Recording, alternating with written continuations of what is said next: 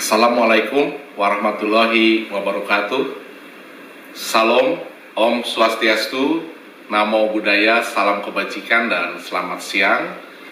Yang terhormat Kepala Dinas Perpustakaan Provinsi seluruh Indonesia, yang terhormat Kepala Dinas Perpustakaan Kabupaten Kota seluruh Indonesia, yang saya hormati Ketua Umum Asosiasi Tenaga Perpustakaan Sekolah Indonesia, yang saya hormati Ketua Umum Forum Perpustakaan Sekolah Madrasah Indonesia, yang terhormat para Ketua Pengurus Provinsi dan Kabupaten Kota Forum Perpustakaan Sekolah Madrasah, yang terhormat Ketua Umum Forum Perpustakaan Perguruan Tinggi Indonesia, yang saya hormati Ketua Wilayah Forum Perguruan Tinggi Indonesia, yang terhormat Ketua Umum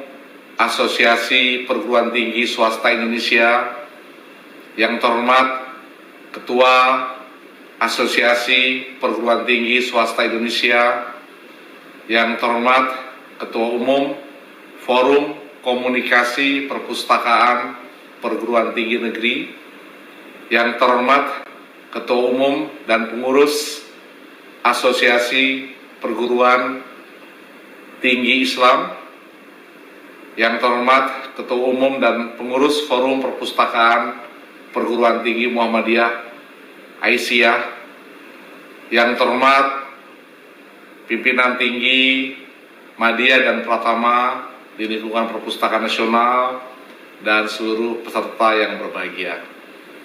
Pertama-tama, marilah kita panjatkan puji dan syukur kehadirat Allah Subhanahu wa Ta'ala, Tuhan Yang Maha Esa.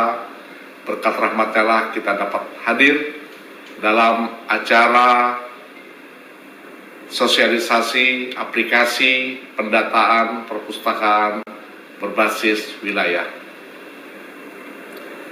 Bapak Ibu yang kami hormati, sesuai amanat Undang-Undang Nomor 43 Tahun 2007 tentang perpustakaan, khususnya pada pasal 15 ayat 3 huruf E tentang perpustakaan, agar pembentukan perpustakaan memberitahukan keberadaannya kepada Perpustakaan Nasional. Tentu saja Perpustakaan Nasional sebagai lembaga pembina perpustakaan di seluruh Indonesia yang menjalankan amanah dari regulasi undang-undang ini melalui fasilitasi pemberian nomor pokok perpustakaan, di mana nomor pokok perpustakaan adalah kode unik yang menjadi identitas suatu perpustakaan. Nomor pokok perpustakaan merupakan pemberian kode identitas pada setiap unit perpustakaan di seluruh Indonesia di bawah koordinasi Perpustakaan Nasional. Berdasarkan kode provinsi, kabupaten kota, kecamatan, kode jenis perpustakaan, status perpustakaan, dan nomor urut perpustakaan. Dan NPP berlaku untuk seluruh jenis perpustakaan, baik perpustakaan sekolah, perpustakaan madrasah, perpustakaan perguruan tinggi, perpustakaan khusus maupun perpustakaan umum yang berlokasi di Negara Kesatuan Republik Indonesia, sehingga dapat disimpulkan bahwa seluruh perpustakaan di Indonesia harus memiliki nomor pokok perpustakaan. Bapak Ibu yang kami hormati, lembaga yang berwenang mengeluarkan nomor pokok perpustakaan adalah Perpustakaan Nasional Republik Indonesia. Oleh karena itu, Perpustakaan Nasional senantiasa berkomitmen untuk terus memperbaiki dan meningkatkan kualitas layanan, diantaranya layanan di dalam pemberian nomor pokok perpustakaan. Dan salah satu bentuk komitmen tersebut, Perpustakaan Nasional telah melaunching aplikasi pendataan perpustakaan berbasis wilayah pada tanggal 8 Februari 2022 yang lalu. di mana aplikasi pendataan perpustakaan berbasis wilayah ini merupakan pengembangan dan penggantian dari aplikasi NPP sebelumnya.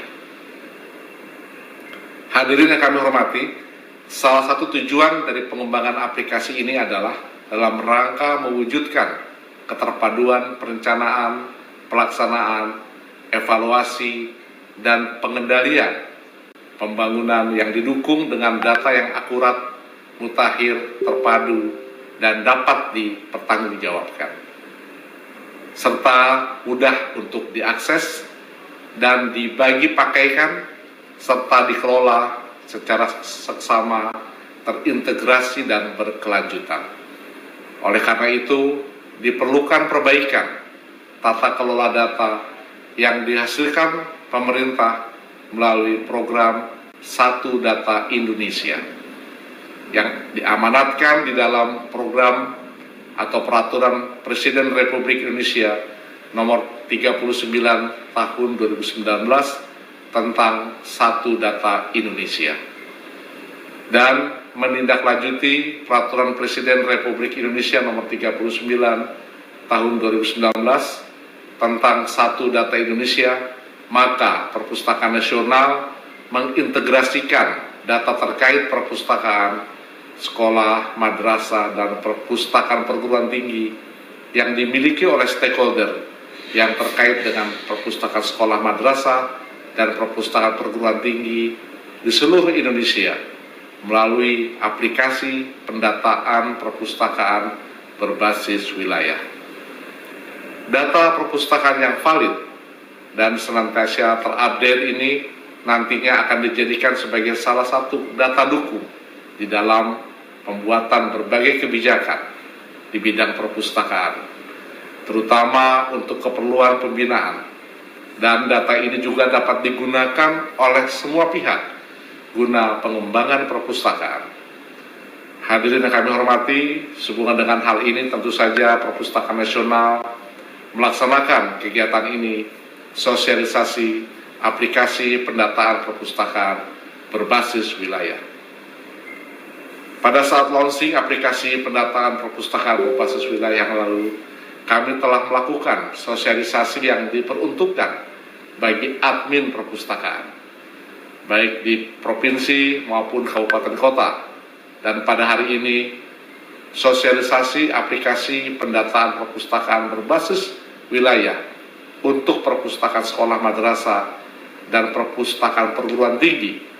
Dan kami berharap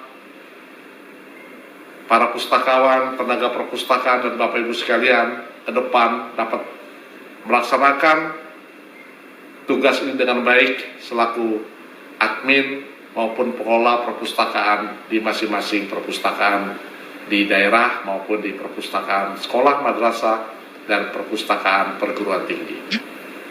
Hadirin yang berbahagia, kita berharap seluruh perpustakaan yang ada di seluruh Indonesia dapat terselenggara sesuai dengan standar nasional perpustakaan. Dan kami yakin dengan bantuan seluruh pihak, tujuan ini dapat tercapai.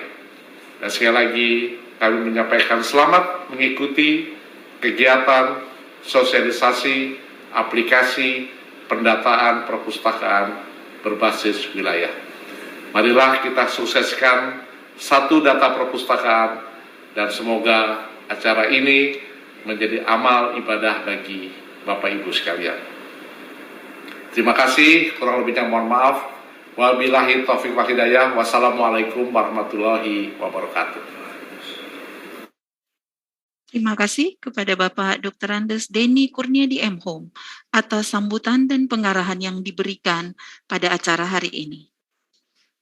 Hadirin yang berbahagia, perlu kami sampaikan bahwa Undang-Undang Nomor 43 Tahun 2007 tentang Perpustakaan pada pasal 15 ayatnya yang ketiga telah mengamanatkan bahwa pembentukan perpustakaan yang berada di wilayah Negara Kesatuan Republik Indonesia agar diberitahukan keberadaannya kepada Perpustakaan Nasional Republik Indonesia.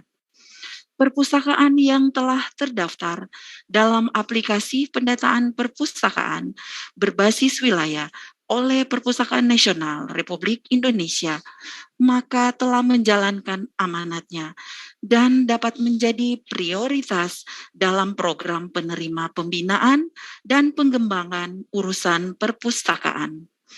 Agar terdapat persamaan persepsi dari seluruh wilayah, dari seluruh pihak, maka Perpustakaan Nasional Republik Indonesia menerbitkan pedoman pengelolaan aplikasi pendataan perpustakaan berbasis wilayah.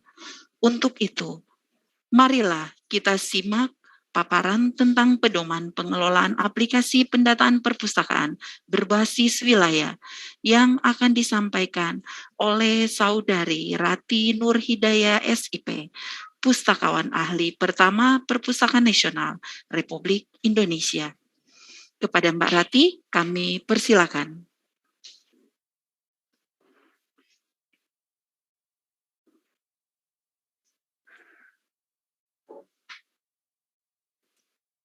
Makasih Ibu Daina.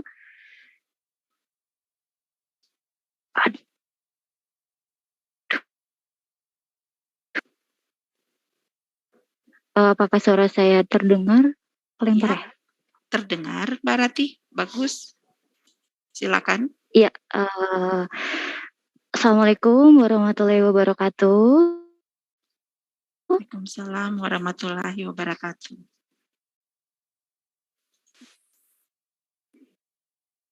Ya, mohon izin share screen. Kok bisa? Ya, Bapak dan Ibu, yang kami hormati seluruh Kepala Dinas Perpustakaan baik di tingkat provinsi, kabupaten, kota, dan seluruh peserta sosialisasi aplikasi pendataan perpustakaan berbasis wilayah. Bapak dan Ibu, saya mendapatkan amanah untuk menyampaikan tentang pedoman pengelolaan aplikasi pendataan perpustakaan berbasis wilayah. Di mana sebagaimana telah disampaikan bahwa Amanat Undang-Undang Nomor 43 Tahun 2007 khususnya pada pasal 15 ayat 3 telah mengamanatkan bahwa pembentukan perpustakaan yang berada di wilayah NKRI agar memberitahukan keberadaannya kepada Perpustakaan Nasional Republik Indonesia. Nah, untuk itu, Perpustakaan Nasional Republik Indonesia telah mengadakan pelaksanaan pendataan perpustakaan berbasis wilayah. Kemudian beberapa tempo lalu kita telah meluncurkan optimalisasi dari aplikasi pendataan perpustakaan berbasis wilayah itu sendiri. Nah, untuk melihat manfaatnya, apa sih manfaat kegiatan pendataan perpustakaan ini? Tentunya untuk teridentifikasinya keberadaan perpustakaan. Nah, jadi keberadaan perpustakaan Bapak Ibu agar didaftarkan ke Perpustakaan Nasional itu adalah agar teridentifikasi keberadaan perpustakaan Bapak dan Ibu kelola. Kemudian perpustakaan dapat melaporkan perkembangannya melalui update informasi profil perpustakaan atau pemutakhiran data profil perpustakaan. Nah, nanti bagaimana sih atau bagaimana ketentuan pemutakhiran data itu waktunya secara berkala berapa nanti diatur dalam pedoman ini. Kemudian perpustakaan yang telah memiliki NPP, jadi goal dari pendataan perpustakaan ini nantinya adalah Perpustakaan Nasional menerbitkan nomor unik perpustakaan atau nomor pokok perpustakaan, di mana perpustakaan yang telah memiliki nomor pokok perpustakaan tentunya akan menjadi prioritas pada program penerima pembinaan dan pengembangan dalam hal urusan perpustakaan dari Perpustakaan Nasional Republik Indonesia. Kemudian perpustakaan yang telah memiliki nomor pokok perpustakaan juga berhak untuk memasang atau memajang nomor pokok perpustakaannya pada papan nama perpustakaan, yang kedepannya nomor pokok perpustakaan ini juga akan diterbitkan sertifikat khusus nomor pokok perpustakaan untuk perpustakaan yang telah memiliki nomor pokok perpustakaan, tentunya dengan mendaftar di pendataan aplikasi pendataan perpustakaan berbasis wilayah.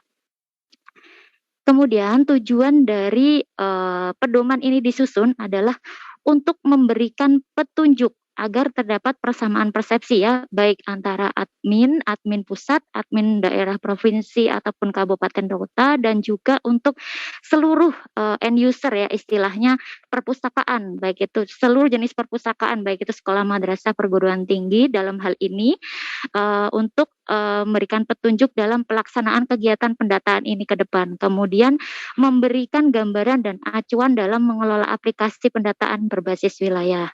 Selanjutnya, pedoman ini juga bertujuan untuk meningkatkan kualitas layanan guna memperoleh nomor pokok perpustakaan untuk mewujudkan perpustakaan yang berbasis standar nasional perpustakaan. Baik, dalam pedoman ini juga tertuang pedoman umum pelaksanaan pendataan perpustakaan, di mana yang pertama persyaratan pendaftaran perpustakaan. Nah, perpustakaan yang dimaksud dalam aplikasi pendataan ini adalah perpustakaan yang memenuhi unsur-unsur sebagai berikut. Yang pertama, tentunya perpustakaan harus memiliki koleksi perpustakaan yang bervariasi. Syarat ini tidak ada batasan jumlah minimal dan jenis koleksi yang ada di perpustakaan. Jadi selama perpustakaan itu sudah memiliki koleksi yang bervariasi, maka sudah memenuhi salah satu syarat dari perpustakaan yang terdaftar di aplikasi pendataan. Kemudian selanjutnya adalah syarat sarana prasarana perpustakaan. Tentunya perpustakaan yang didaftarkan di aplikasi pendataan perpustakaan ini harus memiliki atau memiliki ketersediaan sarana prasarana, baik itu ruang dan juga sarana-sarana yang lain.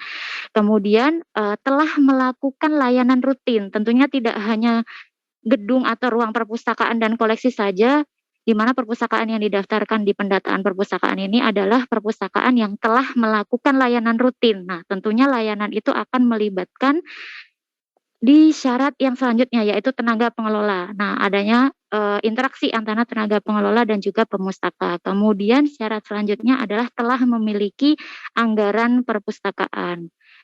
Kemudian yang kedua juga diatur tentang persyaratan untuk pengajuan nomor pokok perpustakaan. Nah, setelah pendataan perpustakaan, perpustakaan itu didata profilnya sebagaimana syarat yang telah disebutkan sebelumnya. Untuk mendapatkan nomor pokok perpustakaan, syarat utama adalah memiliki SK pendirian perpustakaan atau surat keterangan domisili atau keberadaan perpustakaan, di mana surat tersebut disahkan oleh minimal kepala lembaga atau pejabat daerah setempat. Apa bedanya SK pendirian perpustakaan atau surat keterangan domisili? Kita tahu bahwa ada 4 jenis perpustakaan, perpustakaan sekolah madrasah perguruan tinggi dan perpustakaan umum dan juga perpustakaan khusus. Nah, Bapak dan Ibu, jadi memang aplikasi ini dikelola oleh beberapa jajaran admin sesuai dengan jenis perpustakaannya masing-masing. Nah, di sini syarat pengajuan NPP, SK pendirian perpustakaan itu diberlakukan untuk jenis perpustakaan umum, perpustakaan PAUD, sekolah madrasah atau pondok pesantren, dan lembaga pendidikan keagamaan lain, kemudian perpustakaan perguruan tinggi dan perpustakaan khusus, baik itu di lembaga pemerintah ataupun lembaga non-pemerintah atau swasta. Sementara surat keterangan domisili itu diperuntukkan untuk jenis perpustakaan komunitas, perpustakaan rumah ibadah, perpustakaan pribadi, dan perpustakaan LSM. Surat keterangan domisili nanti berasal dari bisa berasal dari pengurus RT RW setempat atau lembaga induk. Nah, dalam hal ini untuk jenis perpustakaan sekolah dan perguruan tinggi maka diwajibkan untuk memiliki SK pendirian perpustakaan yang disahkan oleh kepala lembaga induknya. Jadi kalau misal perpustakaan sekolah atau madrasah minimal disahkan oleh kepala sekolah atau kepala madrasahnya, sebagaimana juga perguruan tinggi disahkan minimal oleh rektor atau kepala yayasan, seperti itu. Selanjutnya adalah syarat pengelola akun pendataan perpustakaan. Nah, sebenarnya pengelola akun pendataan ini kita tekankan untuk baik untuk pengelola perpustakaan ataupun admin daerah kabupaten provinsi dan kabupaten kota. Nah, salah satunya syaratnya bekerja di perpustakaan dan dibuktikan dengan surat tugas. Jadi Bapak Ibu di aplikasi ini nanti Bapak Ibu akan diberi fasilitas untuk mengunggah surat tugas atau surat perjanjian kerja yang disahkan oleh pimpinan atau pejabat daerah setempat, di mana di situ untuk membuktikan bahwa Bapak dan Ibu telah bekerja di perpustakaan yang bersangkutan atau yang akan didaftarkan di aplikasi ini. Kemudian pengelola akun pendataan perpustakaan juga baiknya mampu mengoperasikan komputer, termasuk mengoperasikan aplikasi umum seperti perkantoran atau office application dan aplikasi perambah atau browser internet. Kemudian Bapak dan Ibu juga disyaratkan ya untuk pengelola akun pendataan perpustakaan disyaratkan untuk mengerti tata cara pengambilan titik koordinat. Jadi sudah familiar dengan Maps, cara menentukan titik lokasi itu di mana, mencari di Google Maps itu seperti apa, mencari nama lokasi karena sudah disebutkan bahwa aplikasi ini adalah pendataan perpustakaan berbasis wilayah. Jadi perpustakaan yang Bapak Ibu daftarkan nantinya akan diidentifikasi di mana titik lokasinya gitu. Jadi supaya dapat ditampilkan secara real time keberadaan perpustakaan Bapak dan Ibu sekalian. Baik, untuk selanjutnya adalah alur kerja aplikasi pendataan. Nah, untuk aplikasi pendataan perpustakaan berbasis wilayah jauh berbeda ya, bukan tidak jauh berbeda tapi banyak yang berbeda dari aplikasi sebelumnya. Jadi di sini Bapak dan Ibu bisa dimulai dari pendaftaran user. Nah, ini untuk admin perpustakaan ya. Jadi para tenaga pengelola perpustakaan di aplikasi yang baru ini Bapak dan Ibu akan diarahkan terlebih dahulu untuk mendaftar user. Nah, setelah mendaftar user, Bapak dan Ibu akan difasilitasi untuk mendaftarkan user tersebut dan menghubungkannya ke perpustakaan yang telah terdaftar. Nah, Bapak dan Ibu harus berhati-hati ketika pendaftaran user dan menghubungkan ke perpustakaan. Akan ada dua pilihan. Jika Bapak dan Ibu cari nanti di kolom pencarian itu perpustakaannya telah terdaftar, maka Bapak dan Ibu tinggal melanjutkan ke tahap berikutnya, yaitu menghubungkan perpustakaan, kemudian menunggu validasi dari provinsi atau kabupaten kota setempat. Nah, Bapak dan Ibu juga harus berhati-hati. Jangan sampai terjadi duplikasi data ya. Jadi ketika mau menghubungkan perpustakaan itu Bapak Ibu harus benar-benar mencari nama perpustakaan Bapak dan Ibu apakah sudah terdaftar atau belum. Kalau memang sudah dicari memang tidak terdaftar baru Bapak Ibu mendaftarkan perpustakaan. Jadi istilahnya gini, nanti mungkin lebih jelasnya di simulasi nanti akan disampaikan oleh narasumber berikutnya. Jadi intinya di sini saya menekankan sebelum Bapak Ibu melakukan hubungkan user yang Bapak Ibu buat dengan perpustakaan yang ada, Bapak Ibu harus memastikan perpustakaan Bapak Ibu itu sudah terdaftar di aplikasi ini atau belum. Jika memang dicari ada berarti tinggal dihubungkan, tapi memang dicari memang tidak ada nama perpustakaannya, maka Bapak Ibu dianjurkan atau diarahkan oleh aplikasi untuk mendaftarkan perpustakaan Bapak dan Ibu. Nah, langkah selanjutnya bagaimana? Setelah Bapak Ibu melewati langkah ini, nanti menunggu validasi dari provinsi, kabupaten, kota. Nah, di sini perlu saya tekankan, saya garis merah ya. Ini saya tujukan untuk Bapak Ibu yang insya Allah juga hadir di sini dari admin dari provinsi, dinas perpustakaan provinsi atau kabupaten kota, Bapak dan Ibu pengelola aplikasi pendataan. Bapak dan Ibu admin provinsi kabupaten kota harus memastikan.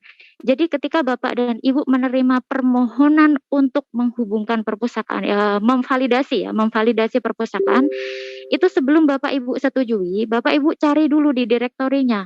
Apakah perpustakaan ini sudah terdaftar atau belum? Nah, hal ini untuk memastikan bahwa proses yang Bapak Ibu lalui untuk memvalidasi perpustakaan tersebut itu tidak menimbulkan duplikasi data. Nah, kenapa hal ini penting? Karena ke depannya supaya proses perolehan NPP itu NPP yang valid yang diperoleh.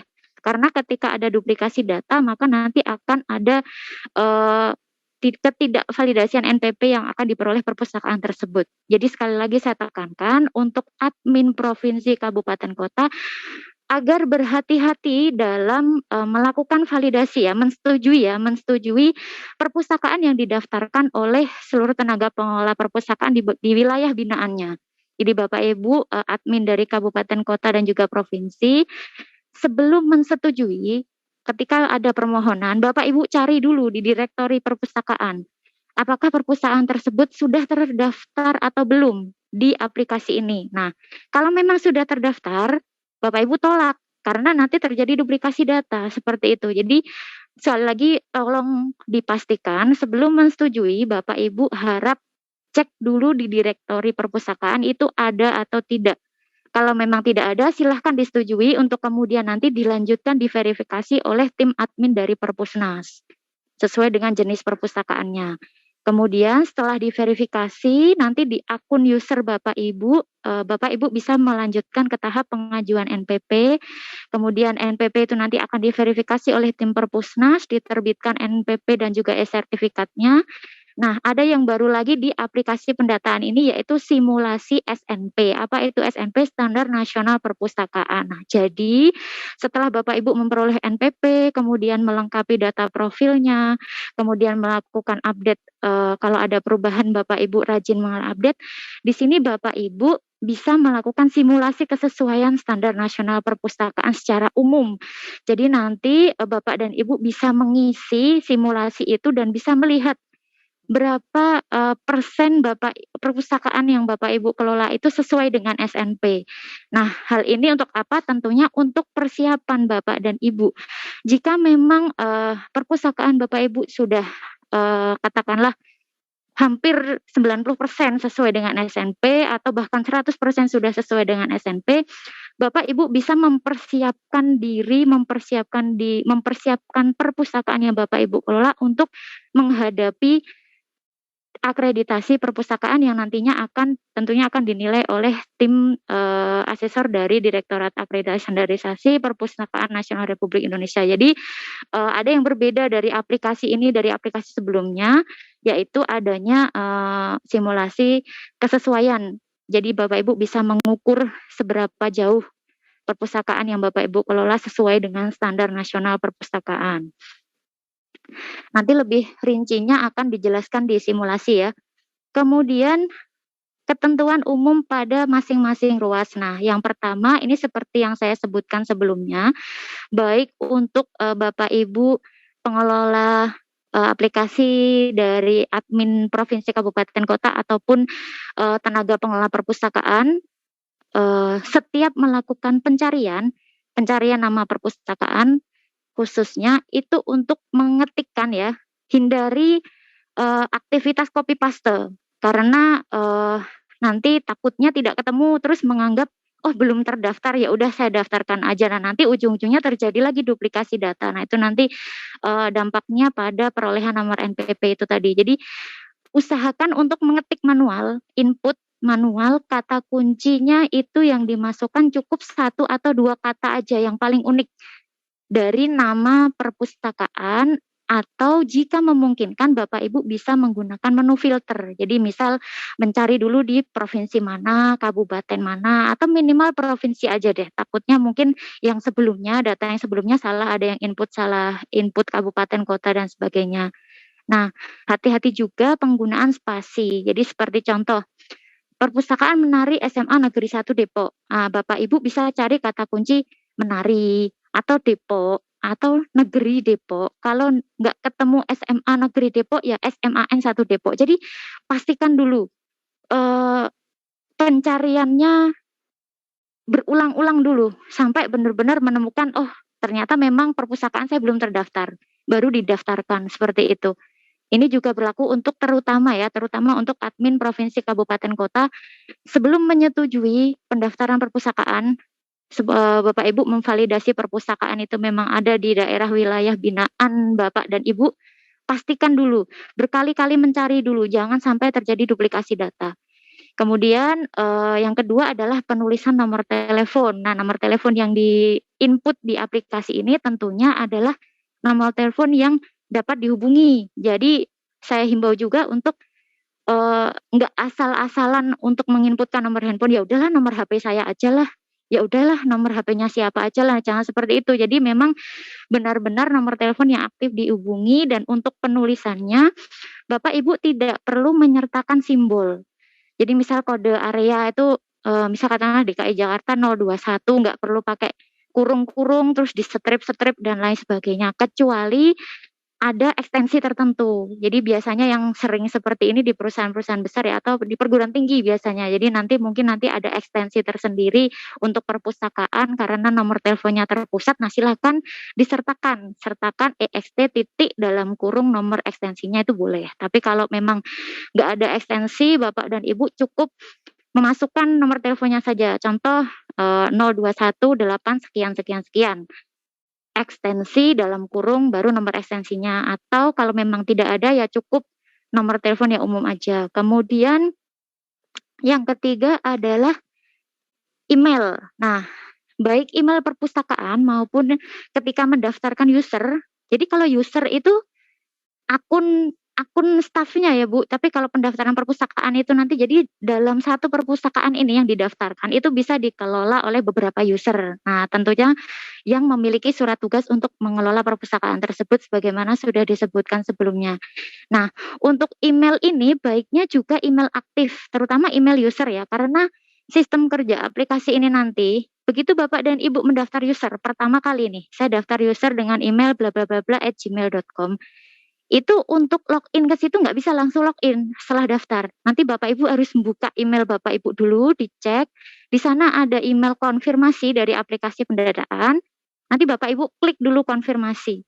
Itu sama kayak Bapak Ibu mendaftarkan sosmed-sosmed yang lain. Nah, seperti itu nanti diklik baru Bapak Ibu bisa login ke data.perpusnas.go.id seperti itu. Jadi sangat kami sarankan terutama pada email user itu memang email yang aktif dan dapat dihubungi. Jadi jangan sampai saya lupa password emailnya, udah nggak apa-apa lah, yang penting pakai email ini, nanti Bapak Ibu nggak bisa login. Karena untuk melakukan login setelah daftar harus dicek di inbox emailnya, ada email, ada konfirmasi, diklik konfirmasi baru Bapak Ibu bisa login, seperti itu. Kemudian yang keempat adalah informasi geospasial. Nah, ini adalah untuk menentukan titik koordinat. Jadi ketika Bapak Ibu sudah sampai di fitur pendaftaran perpustakaan, di sana nanti ada informasi geospasial. Nah, itu informasi titik koordinat lokasi ya di peta. Jadi Bapak Ibu terbiasa dengan Google Maps seperti itu. Kenapa tadi disyaratkan bahwa pengelola akun NPP ini, akun aplikasi pendataan ini harus ngerti tentang Maps ya, tentang Maps itu supaya bisa menentukan titik lokasi. Jangan sampai misal Bapak dan Ibu SMA-nya di Jakarta tapi lokasinya di Papua gitu. Nah, nanti kan nggak sesuai gitu. Nah, itu memang harus ditentukan. Misal SMA Negeri 1 Jakarta, lokasinya di mana? Di situ nanti dicari. Sama seperti Bapak Ibu nyari-nyari lokasi di Google itu seperti itu, nanti bisa dilakukan pencarian di jalan mana, nanti titiknya di situ. Nah, itu seperti itu. Selanjutnya adalah ini ketentuan umum di penulisan nama orang. Nah, nama orang ini tentunya adalah nama user ya, nama user.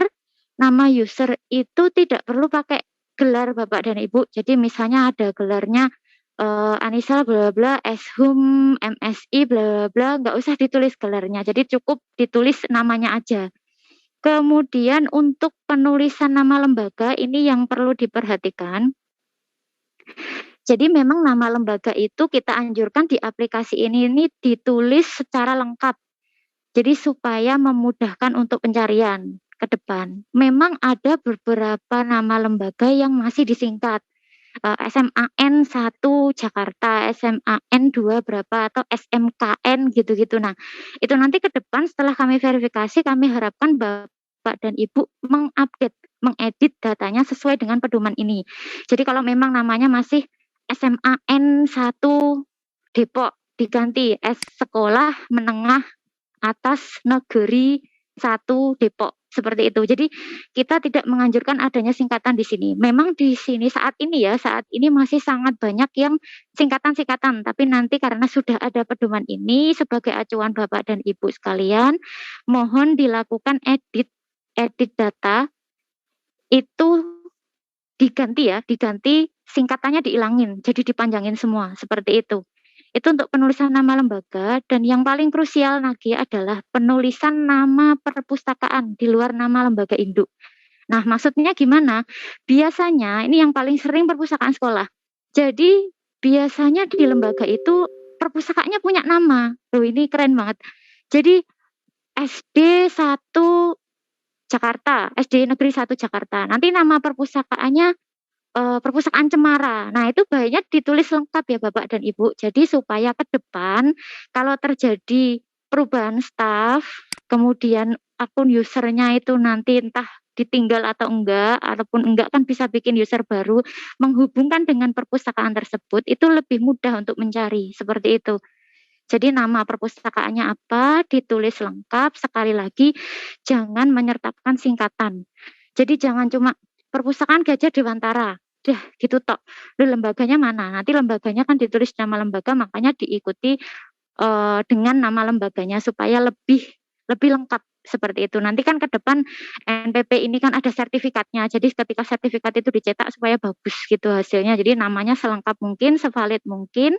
Kemudian berlanjut pada penulisan alamat. Nah, baiknya alamat ini juga tidak menyertakan singkatan-singkatan.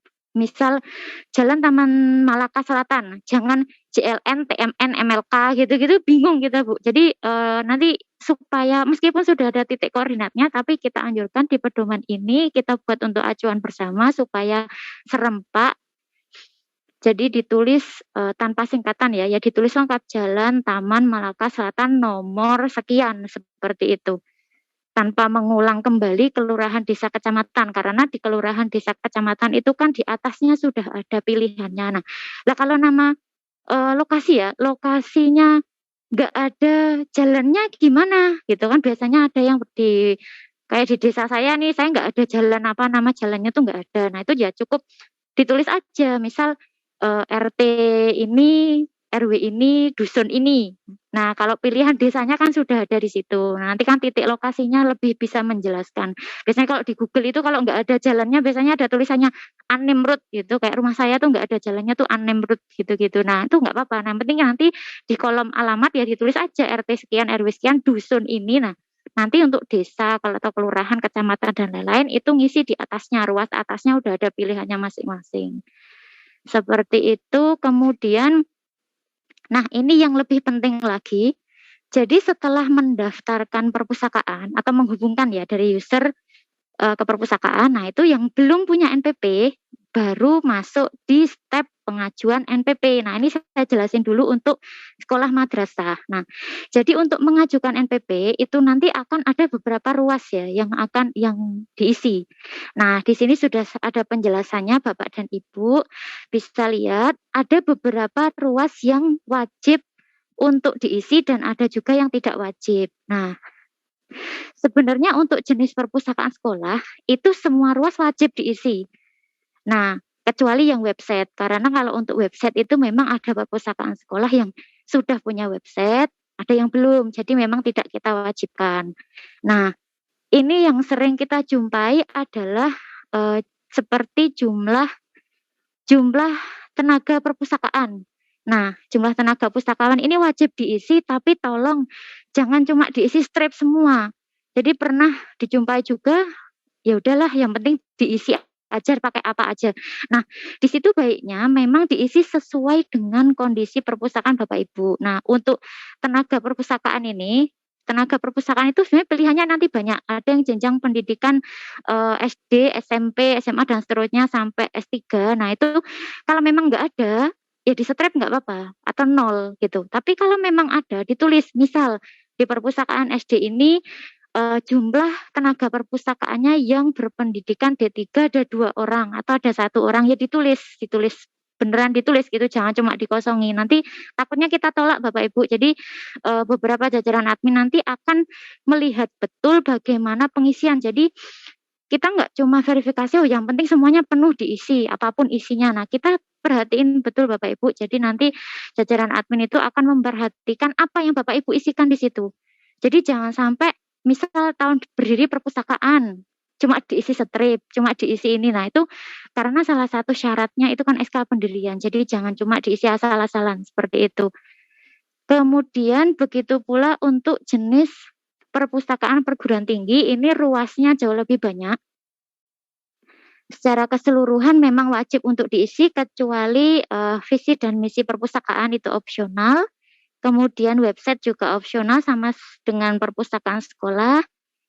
Nah, ini yang perlu ditekankan juga sistem otomasi perpustakaan. Nah, ini jika memang memiliki ya wajib diisi, tapi kalau misalnya belum terotomasi ya nggak apa-apa di-strip aja gitu. Kemudian jenis bantuan dan sumber bantuan. Nah, untuk perpustakaan perguruan tinggi, berhubung perpustakaan nasional memang memiliki program bantuan untuk jenis perpustakaan perguruan tinggi, maka di sini memang Bapak dan Ibu diwajibkan untuk mengisi eh, apa ya ruas ini di jenis perpustakaan perguruan tinggi. Jika memang pernah mendapatkan bantuan, dia ditulis seperti itu. Jika memang tidak ada ya nanti di strip aja.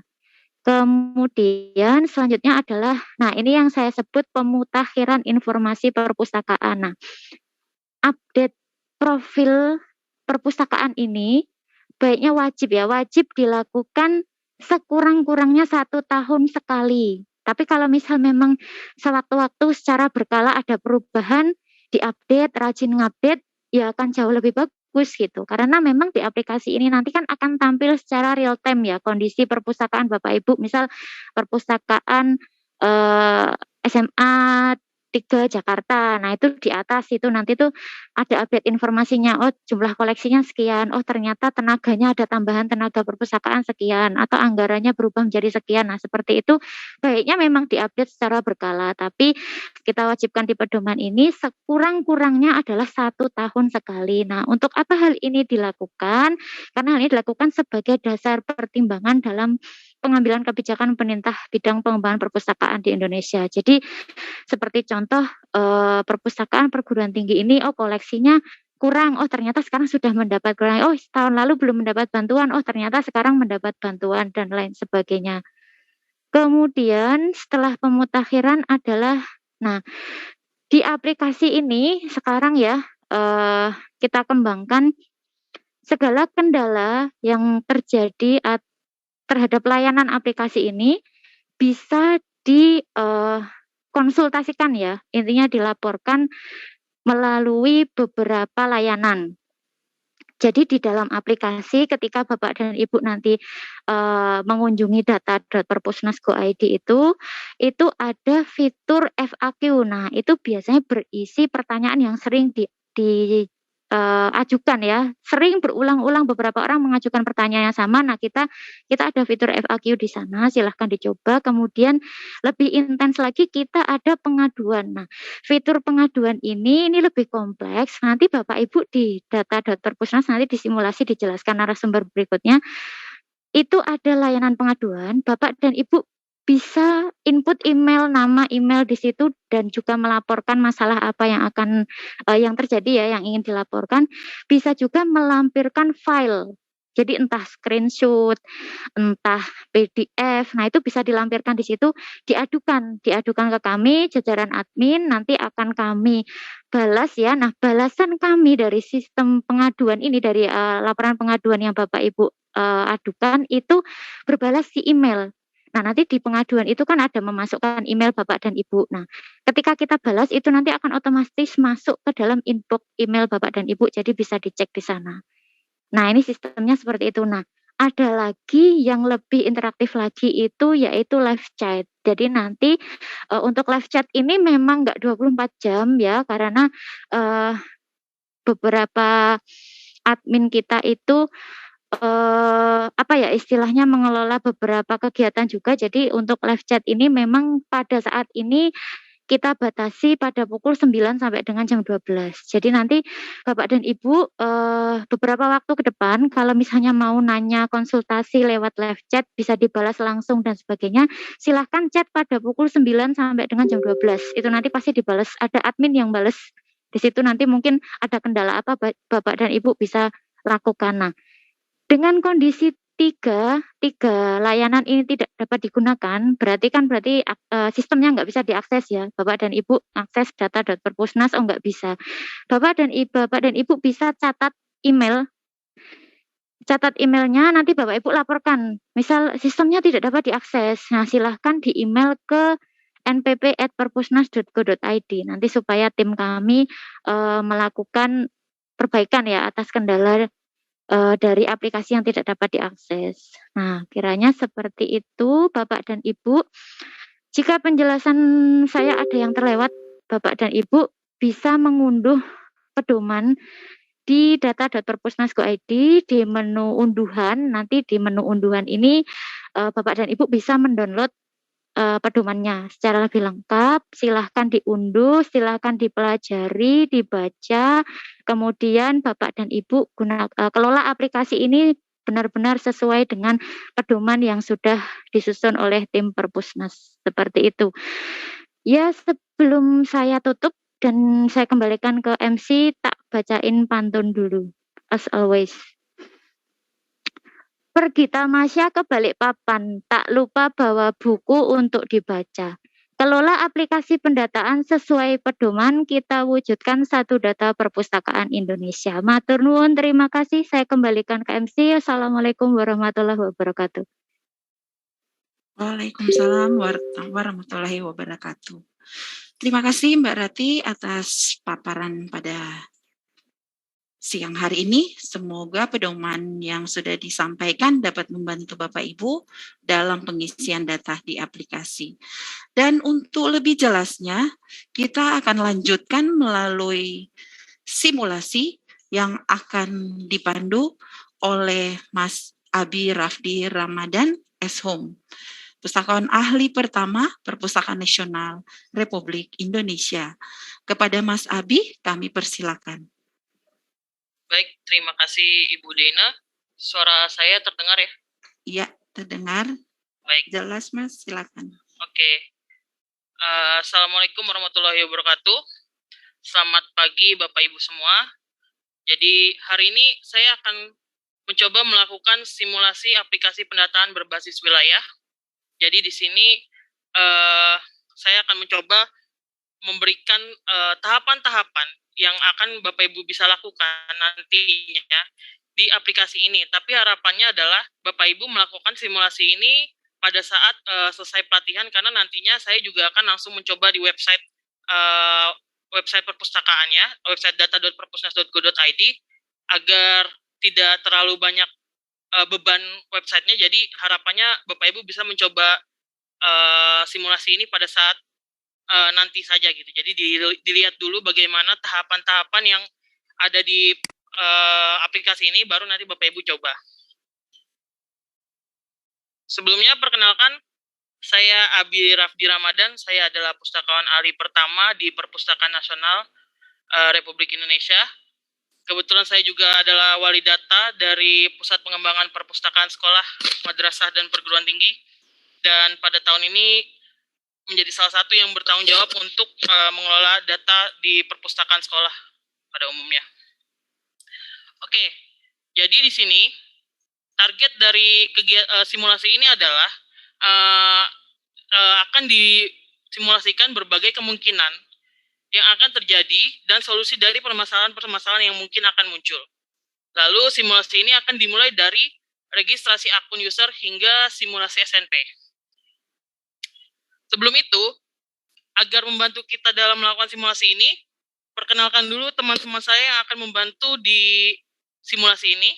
Yang pertama ada Bapak Dian dari SDN 11 Pinang Sebatang, ada Bapak Reza dari Perpustakaan SMPN 45 Jakarta Barat, ada Bapak Adul dari Perpustakaan SMK Negeri 14 Garut, ada Ibu Ratna dari Perpustakaan Universitas Muhammadiyah Luwuk, ada Ibu Dina dari Perpustakaan Universitas Bandar Lampung, ada Ibu Dita dari Perpustakaan Universitas Bosowa, dan ada Anissa dari Perpustakaan Politeknik Negeri Media Kreatif. Di sini bukan nama-nama asli dari admin perpustakaannya Bapak Ibu, jadi sini agar memudahkan nantinya tahapan-tahapannya dan kegambar, karena nanti kita akan sering mengulang beberapa kali tahapan-tahapan. Jadi di sini saya beri nama beberapa orang agar nanti tahapannya itu adalah prosesnya siapa gitu, sehingga Bapak Ibu nantinya tidak bingung dalam melihat kelanjutan prosesnya akan seperti apa, kira-kira seperti itu. Nah, di sini saya bagi menjadi 7 tahapan.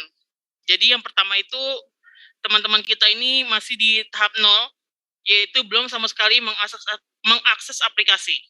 Di sini ada tahap pertama, yaitu adalah registrasi akun, hubungkan perpustakaan dan daftarkan perpustakaan, lalu validasi perpustakaan, verifikasi perpustakaan, pengajuan NPP, pelengkapan seluruh data, sertifikat NPP, dan simulasi standar nasional perpustakaan. Oke, kita lanjut. Kita akan masuk ke tahap pertama, yaitu adalah login, registrasi, dan hubungkan perpustakaan. Tahap yang paling pertama dalam melakukan kegiatan ini adalah buka website kita, aplikasi kita, yaitu adalah data.perpusnas.go.id. Nah, ini adalah tampilan dari beranda perpustakaan website kita, yaitu data.perpusnas.go.id. Gambarannya seperti ini, Bapak Ibu. Nah, sebelum kita memulai, ini juga untuk Bapak Ibu semua juga dalam melakukan pendataan, ada pertanyaan yang bisa Bapak Ibu berikan kepada Bapak Ibu semua. Apakah perpustakaan sudah memiliki NPP?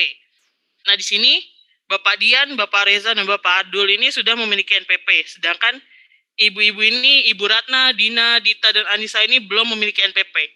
Nah, di sini akan ada perbedaan rute yang akan mereka berikan gitu. Karena pada umumnya ada beberapa jalan yang perlu dilalui dan berbeda-beda di tahap pertama ini gitu.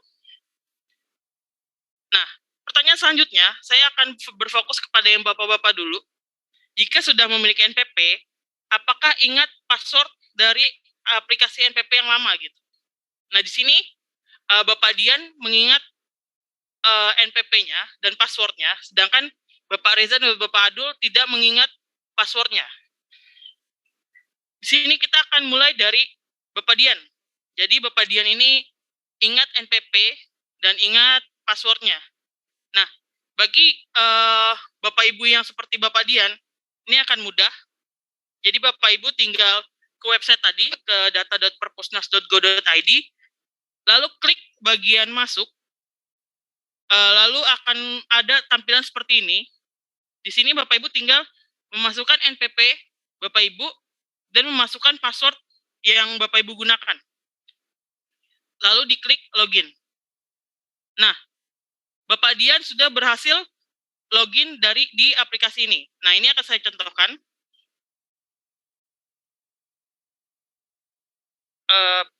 Oke, di sini. Jadi seperti yang tadi ya, dibuka dulu data.perpusnas.go.id.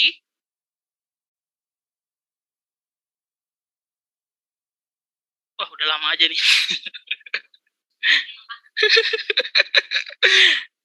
Tampaknya aplikasinya juga sudah banyak yang akses juga ya, sembari mencoba.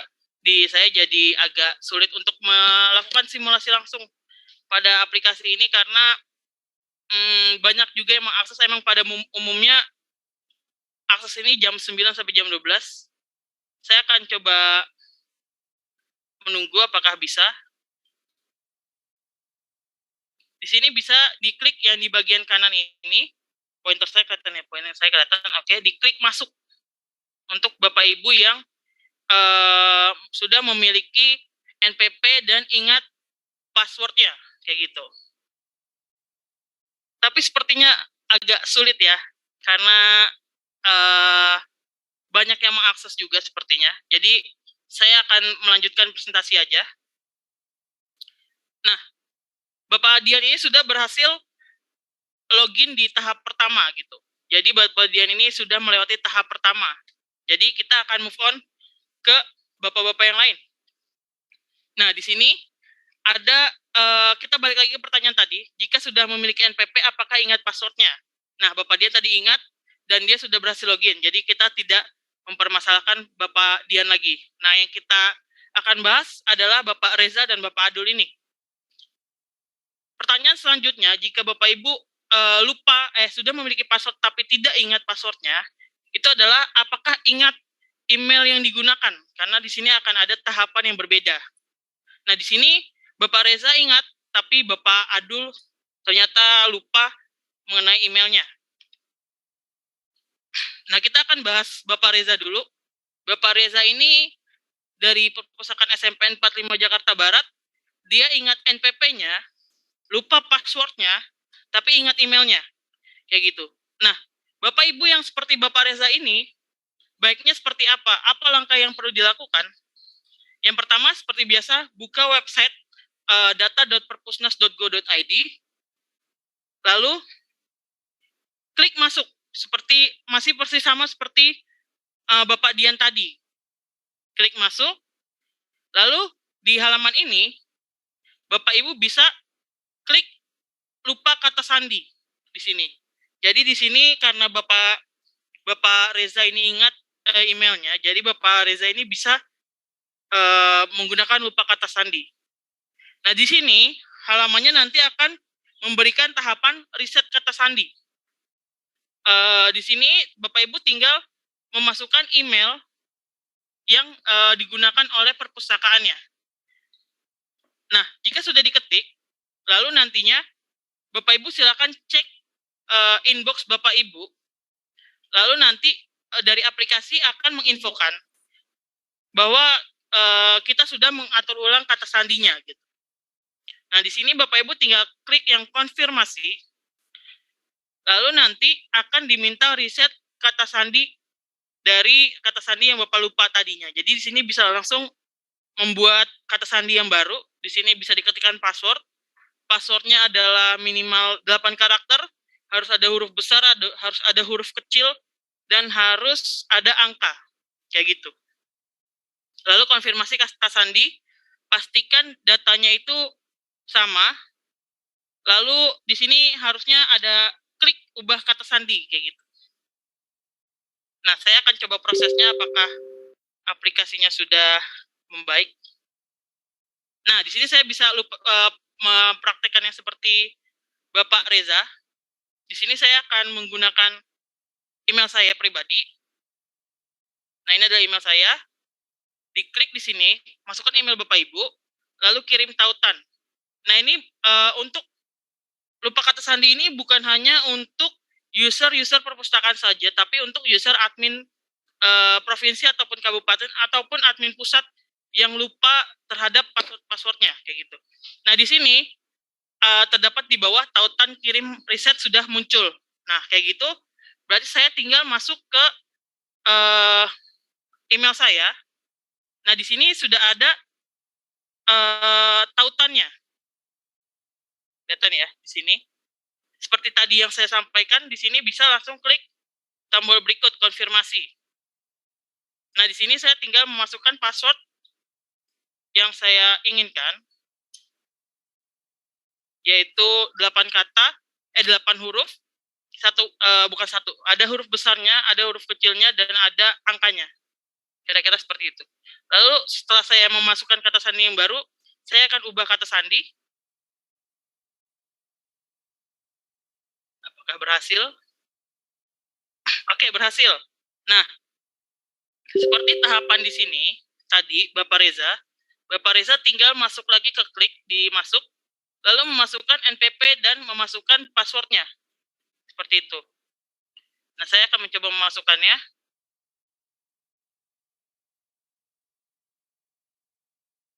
Lalu memasukkan password yang tadi saya masukkan. Nah, login.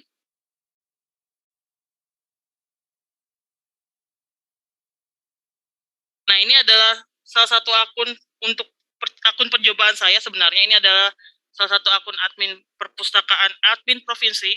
Di sini saya mencoba mengetes apakah akun provinsi ini sudah bisa digunakan dengan baik atau belum. Kayak kira-kira seperti itu. Berhubung ini sedang kencang ya, kita akan mencoba tadi yang tahapannya Bapak Dian. Kita ulang prosesnya. Tadi Bapak Dian itu adalah yang ingat NPP dan ingat password. Dia itu tinggal klik, lalu masukkan NPP dan masukkan passwordnya. Saya akan coba di sini. Kebetulan memang saya punya beberapa yang waktu itu masih pakai aplikasi yang lama, karena yang aplikasi lama ada catatannya, password dan emailnya, jadi mohon izin salah satunya saya pakai. Di sini saya pakai NPP ini, dan kebetulan memang passwordnya saya ketikkan dan masih bisa, dan saya coba klik login.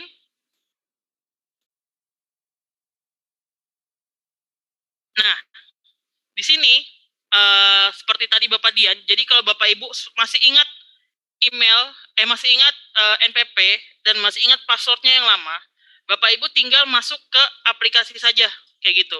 Jadi di sini tidak akan ada kendala. Seperti contohnya di sini, Bapak Ibu yang seperti Bapak Dian, insya Allah tidak akan bermasalah dalam saat login. Jadi Bapak Ibu yang sudah mempunyai NPP, akun yang lama, itu masih bisa mengakses selama Bapak Ibu ingat passwordnya, kayak gitu. Tapi kalau misalkan lupa passwordnya, itu bisa seperti Bapak Reza kayak tadi. Nah, kita akan logout, kita akan melanjutkan proses simulasinya. Tadi Bapak Dian sudah berhasil login. Bapak Reza, karena dia ingat NPP, lupa password, ingat email, dan tadi kita coba, itu sudah berhasil. Bapak Reza pun sudah berhasil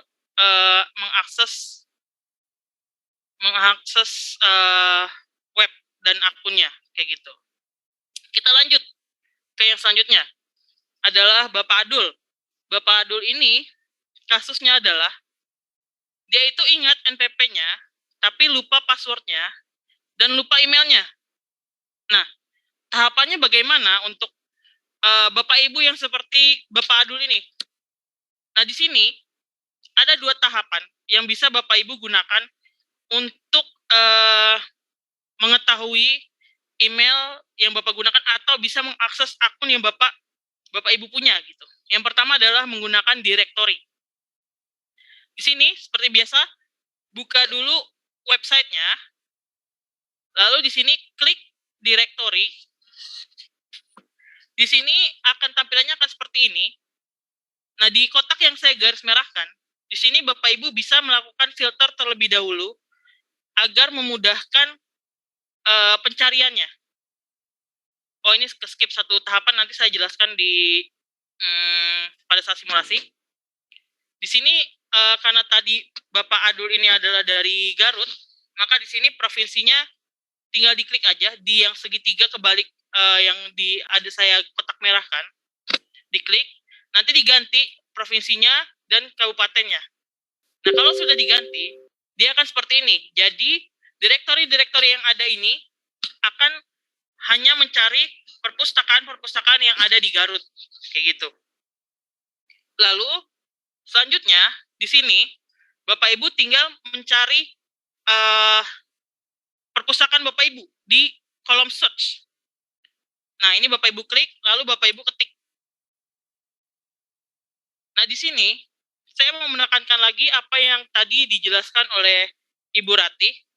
Jadi di sini pencarian di aplikasi ini minimal adalah 3 huruf. Jadi kalau misalkan pencariannya itu kurang dari 3 huruf, dia tidak akan mencari apa yang Bapak Ibu inginkan. Jadi minimal 3 huruf. Misalkan kalau tadi Bapak Adul itu dari Garut, dari SMKN 14 Garut kalau nggak salah.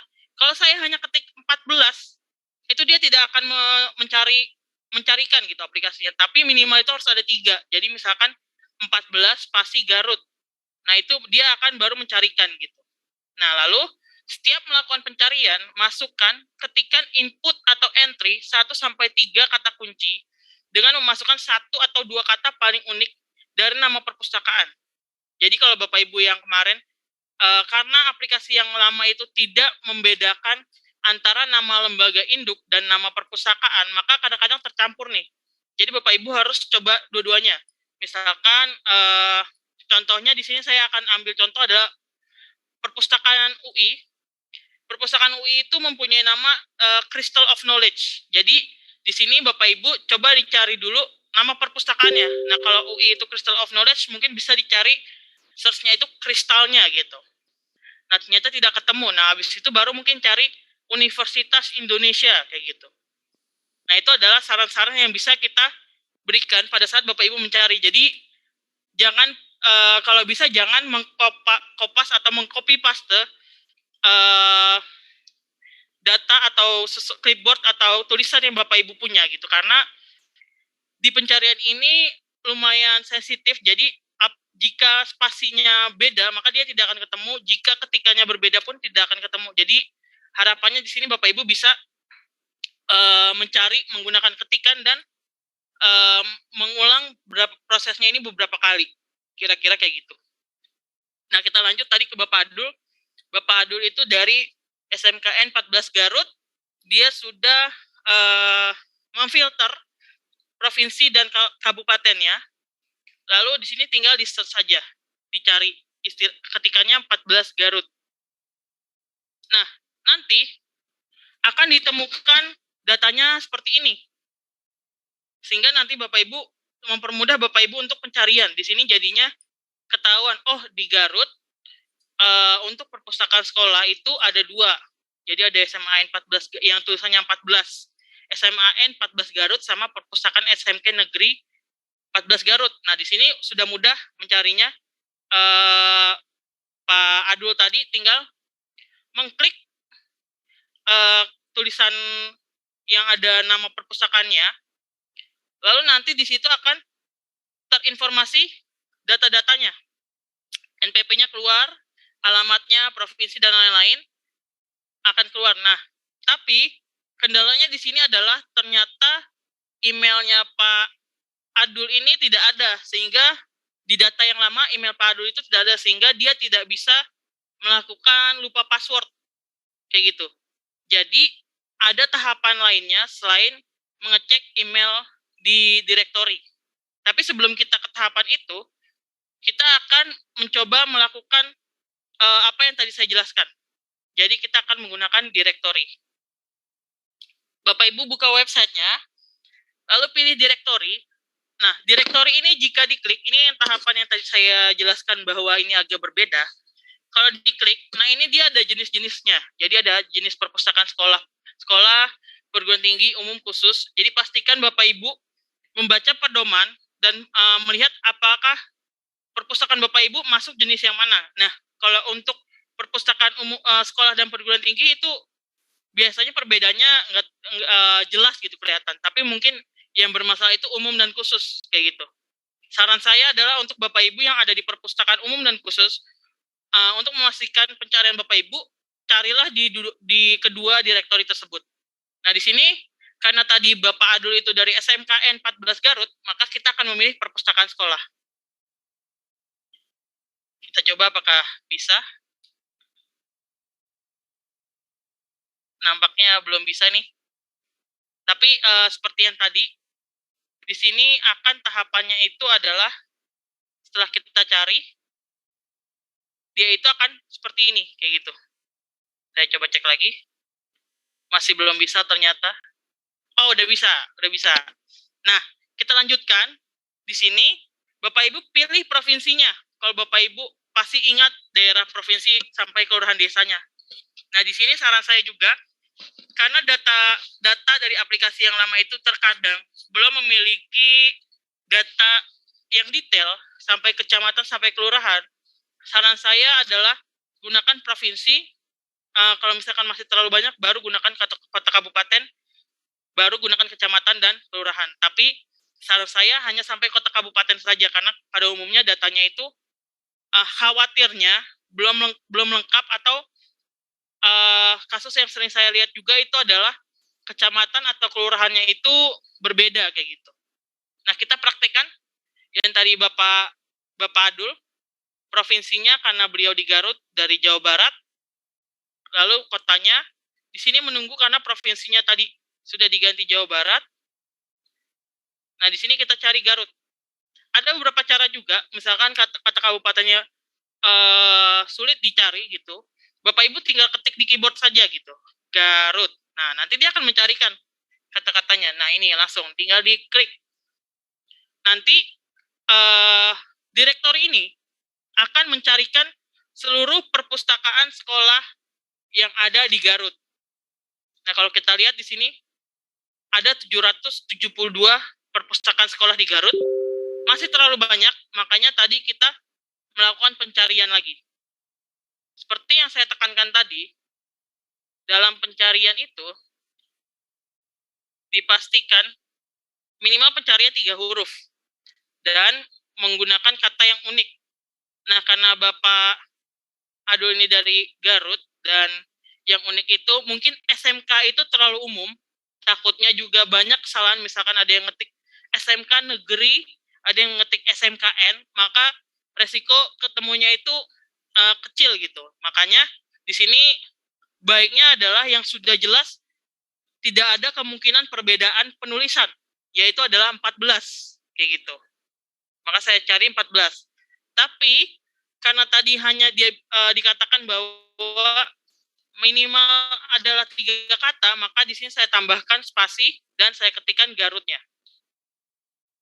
Nah, di sini akan terlihat bahwa aplikasinya sedang memproses.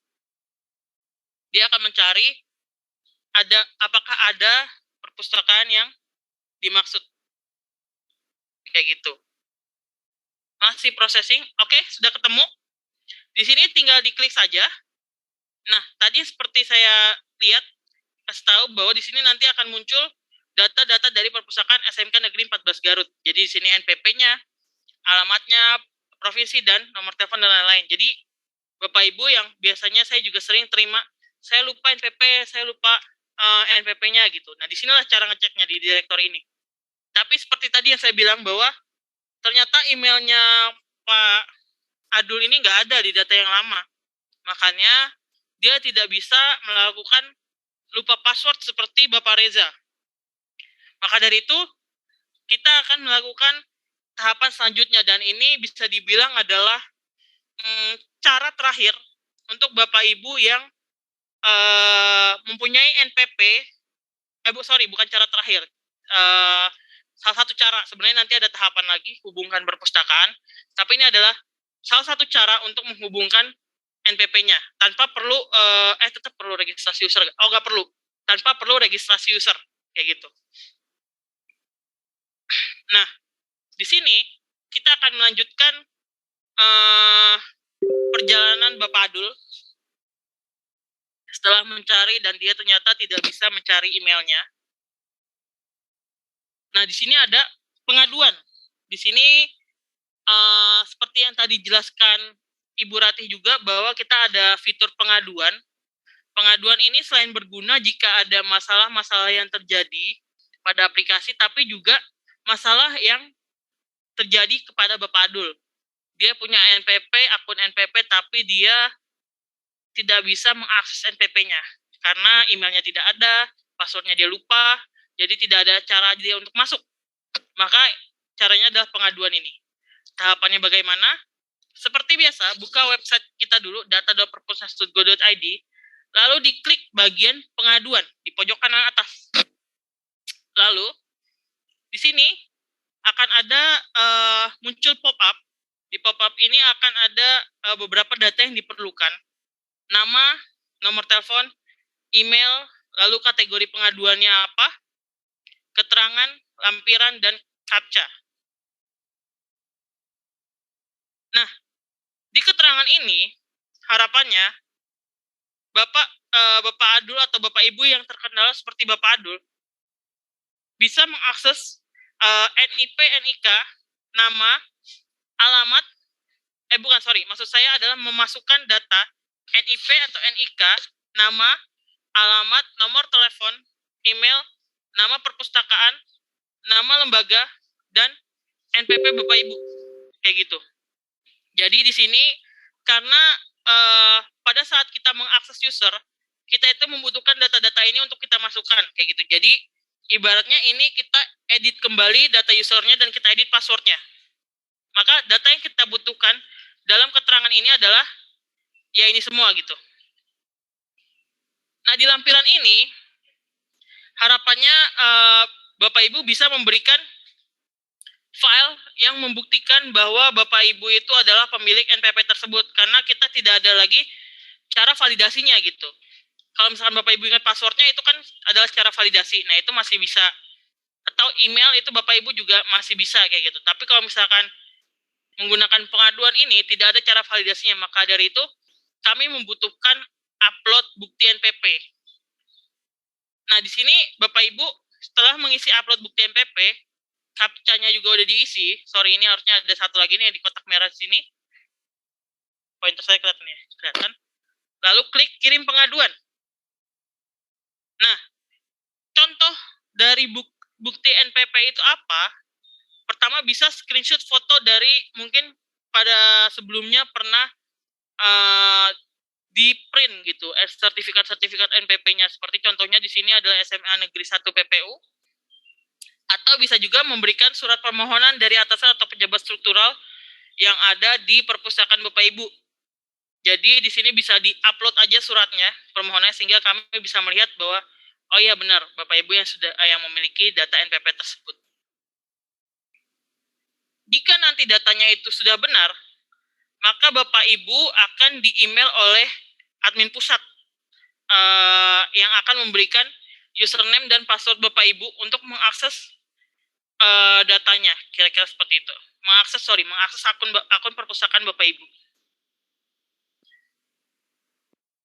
Nah, kalau misalkan nanti sudah dapat akunnya, Bapak Ibu seperti yang tadi, Bapak Reza, satu lagi tadi Bapak Dian, tinggal ngeklik, lalu masukkan NPP dan kata sandinya.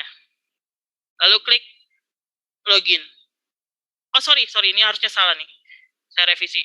Ini harusnya adalah email, bukan lagi NPP. Jadi karena tadi Bapak Ibu di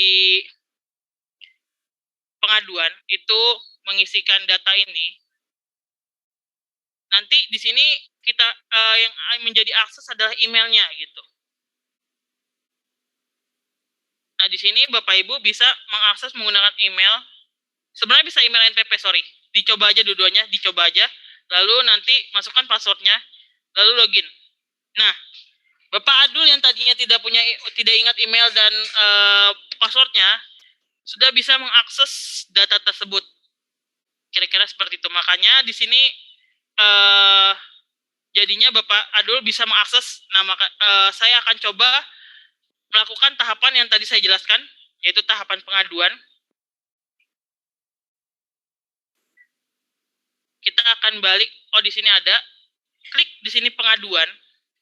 Lalu masukkan nama pribadinya, Bapak Adul. Lalu nomor teleponnya misalkan 0809894 kali. Emailnya adalah biar emailnya ini kelihatan nantinya. Mungkin saya akan masukkan email saya aja. Lalu di sini dipilih pengelolaan akun NPP. Atau bisa juga di sini dari Bapak Ibu dari perpustakaan mana, misalkan Bapak Adul dari perpustakaan sekolah. Nah, di sini diisi data-datanya Bapak Adul, karena di sini Bapak Adul ini adalah karakter bohongan, jadi saya juga nggak tahu nih NIK-nya. 12345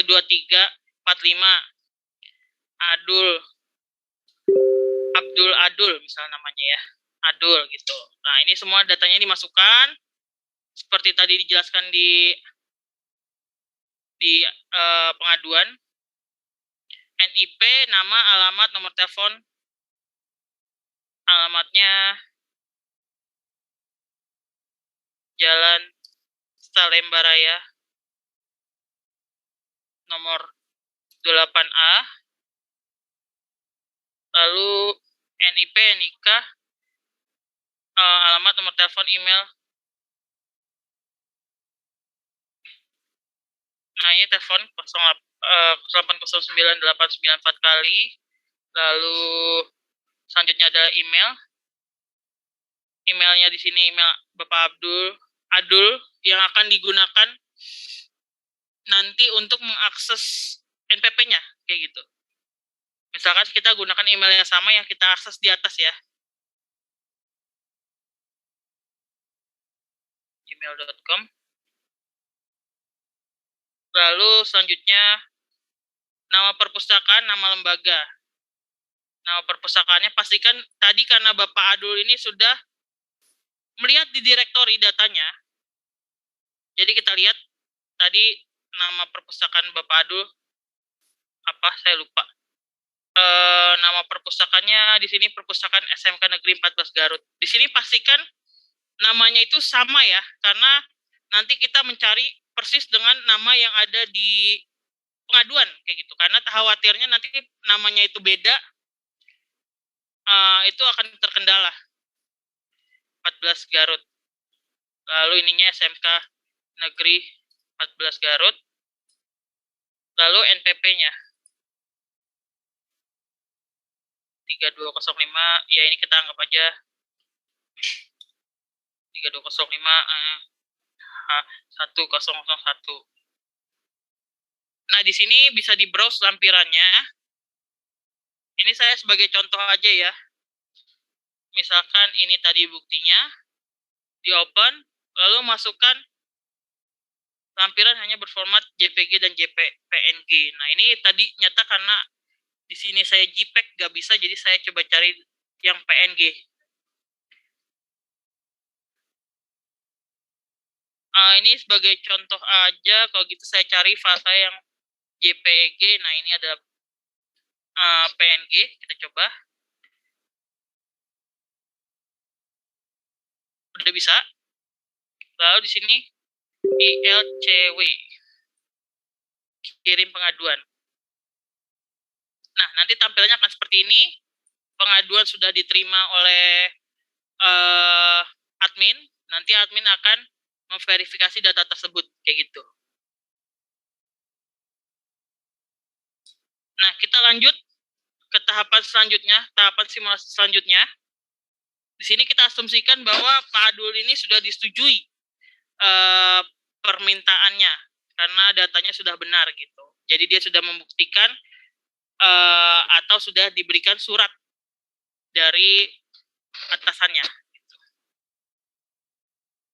Nah, dengan seperti itu Bapak Adul sudah berhasil login.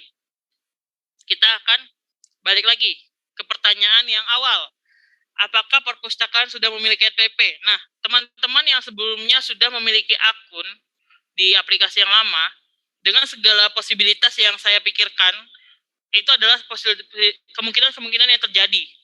Itu adalah contoh-contohnya adalah Bapak Dian, Bapak Reza, Bapak Adul, dan mereka semua sudah bisa mengakses NPP akun lamanya mereka, kayak gitu. Jadi, Bapak Dian, Bapak Reza, Bapak Adul ini sudah aman. Kita ke ibu-ibu ini. Ibu-ibu ini, Ibu Ratna, Ibu Dina, Ibu Dita, dan Ibu Adisa ini, mereka itu belum atau tidak tahu apakah perpustakaannya itu sudah memiliki NPP. Pertanyaan selanjutnya, karena mereka belum atau tidak tahu, di sini harapannya adalah mereka mencari tahu dulu apakah data mereka ini sudah ada di database kita. Nah, di sini Ibu Ratna, Dina, Dita, dan Anissa ini bisa menggunakan temukan perpustakaan di sekitar Anda. Nah, balik lagi ke website kita tercinta, yaitu data.perpusnas.go.id ini. Posisinya itu ada di bagian bawah sini. Jadi Bapak Ibu bisa mencari dengan mengklik search bar yang ada di bawah. Jadi Bapak Ibu, atau misalkan ketutupan di layar Bapak Ibu tinggal scroll ke bawah, nanti ada temukan perpustakaan di sekitar Anda ini.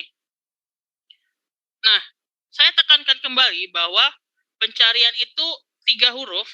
Setiap melakukan pencarian, masukkan ketikan input entry 1-3 kata kunci dengan memasukkan 1 atau 2 kata paling unik dari nama perpustakaan Anda, atau gunakan menu filter jika memungkinkan. Karena di sini tidak ada filter, maka tidak menggunakan filter.